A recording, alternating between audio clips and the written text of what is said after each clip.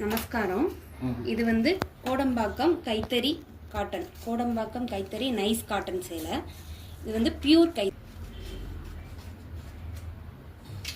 இது கட் பண்ணியாச்சு.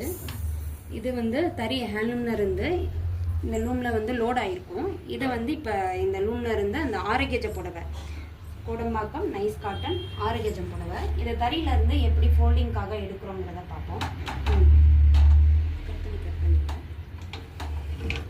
கட் பண்ணிவிட்டு சேவ் பண்ணிடு.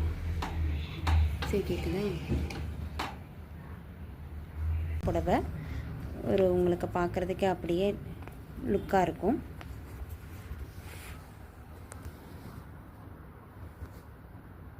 சரி, இது நான் நெஞ்ச தரீங்க, எல்லாரும் விரும்பி வாங்குங்க, நல்லா இருக்கும்.